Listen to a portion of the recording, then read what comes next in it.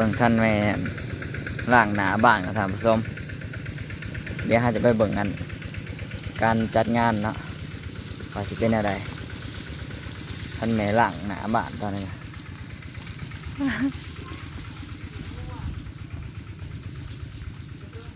สีงัววะใช้ยางกระสันโพดท่านผู้ชมบุเพิง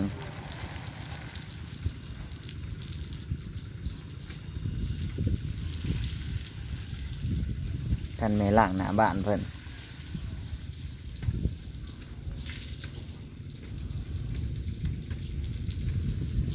ถึงสามเนาะใส่ยางสั่นพอทำผสมเลยล่างบ่ถึงสาม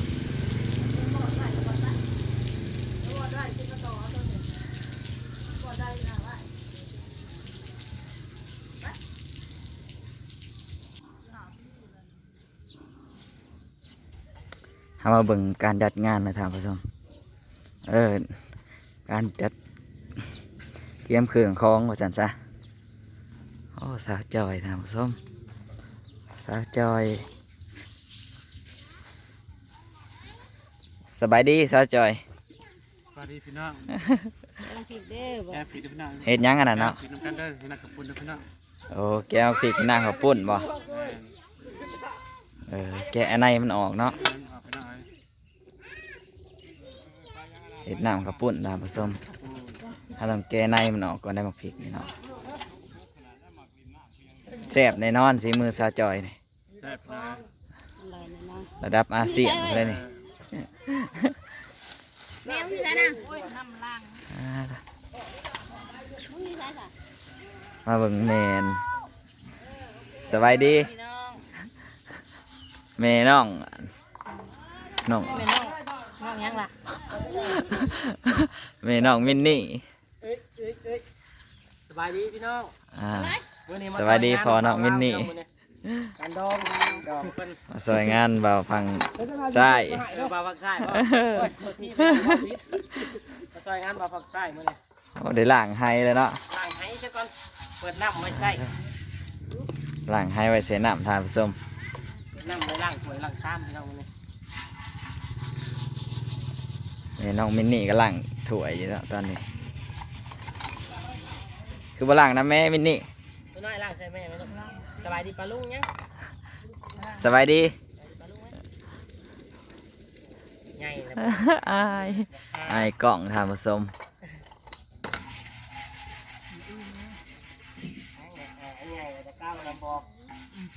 ไอ้กล่องสามินนี่ใหญ่เลยเนาะ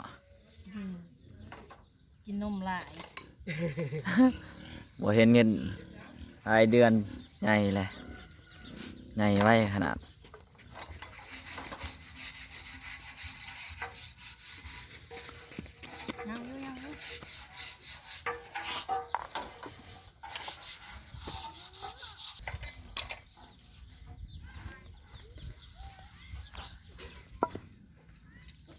แกเบิดทงนี่บ่เนี่ยบ่แกพอได้ใส่พออะไรก็ยาวะบ่ได้เอาเบิดบ่แกพอได้ใส่สูตรช้าจอยได้พี่น้องนี่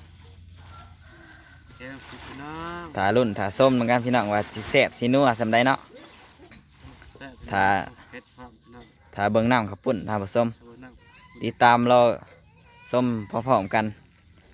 ว่าเพิ่นสิเฮ็ดแซ่บเสร็จนัวสำใด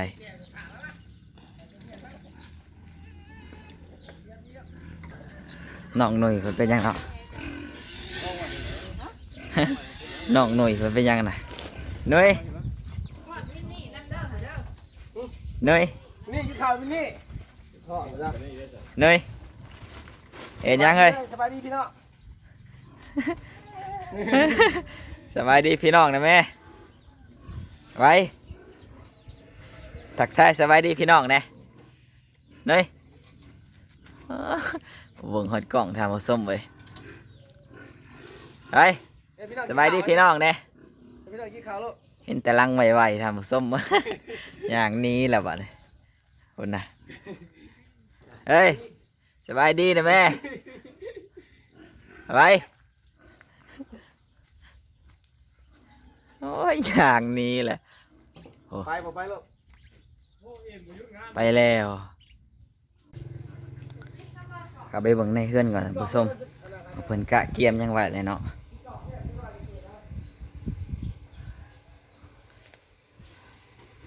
โทรถามผู้ชมไปใช้น้ำข้าวปุ่นบ่เนี่ย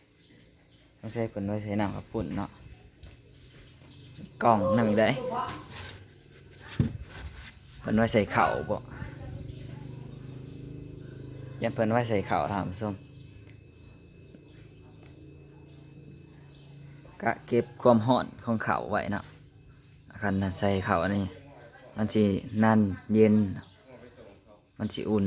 ร้อนตลอดมันสิเช้ามันสิเย็นบ่ไหว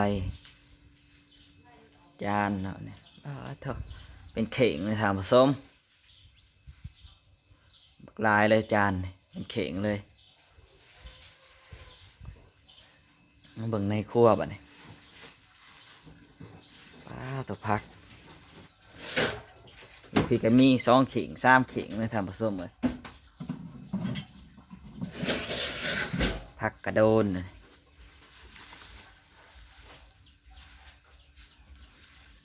กินกับก้อยกับลาบแซ่บได้ทำผสมเลยสุดยอดเลยแหละนี่กินกับก้อยกับลาบนี่อ๋อตัวเป็นกะละมังเลยผักกระโดนนี่ตีต่อ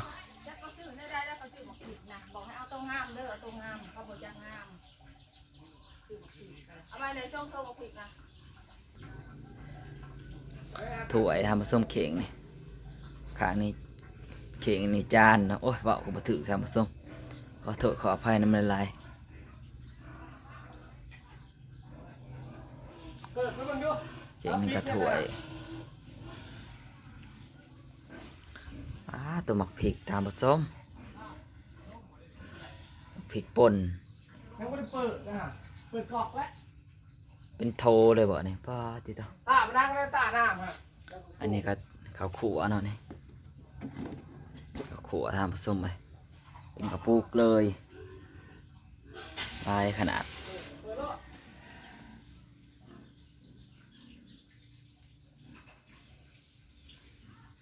อาจจะเบิดเลยแหละทำผสม โอ้มาเลยเฮ้ย มาเด้อทำผสม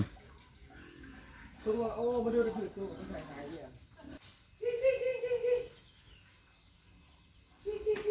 ปะอันนั้นมือปะแอะ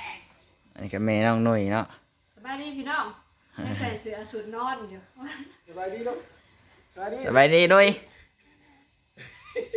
โอ้ยชาวขี้โมกเอ้ย เฮ้ยพ่อสบายดีสบายดีพี่น้อง โอ้ย ตาเลยคน ขี้โมก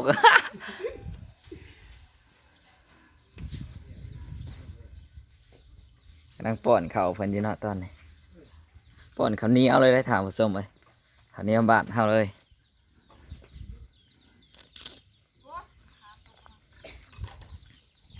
กลับมาเบิ่งสาวจอยคือเก่าถามผู้ชม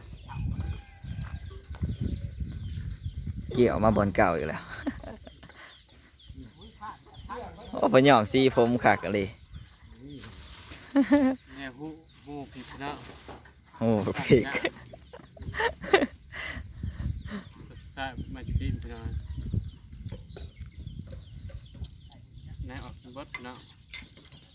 เขาบอกนายมัน เขาบอกมักกินในวะมักกินแต่เปลือกมันทำผสมกาบมันเนาะในมันเขาบอกมักเสพได้นอนเลยน้ำกระปุ่นชาวจอยนี่ถ้ารุ่นถ้าซิมไปพร้อมๆกันเนาะ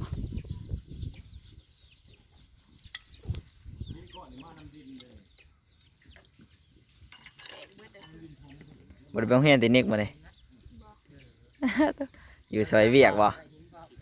ไป ขี้ขาด คุณเรื่องพอดพูดกูตัดปลีทางนั้นพี่น้องเลยแต่ว่าเริ่มเต้นทั้งดาวพี่น้องแหกมักแค่นี้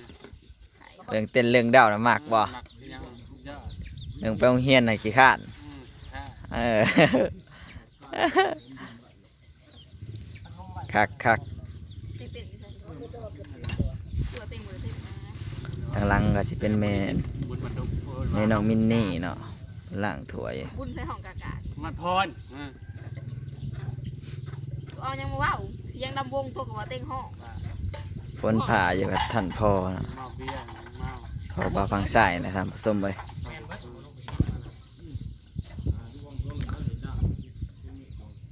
บัดนี้เฮาก็สิจบคลิปเพียงเท่านี้ได้ท่านผู้ชมฝากกดไลค์กดแชร์กดติดตามให้เด้อท่านผู้ชมเลยกดกระดิ่งนำเพื่อสิบ่พลาดคลิปใหม่ๆของบ่าวฟังสายเนาะสำนี้แหละท่านผู้ชมขอบอกขอบใจ FC ทุกท่านเนาะที่เข้ามารับชมสำนี้แหละ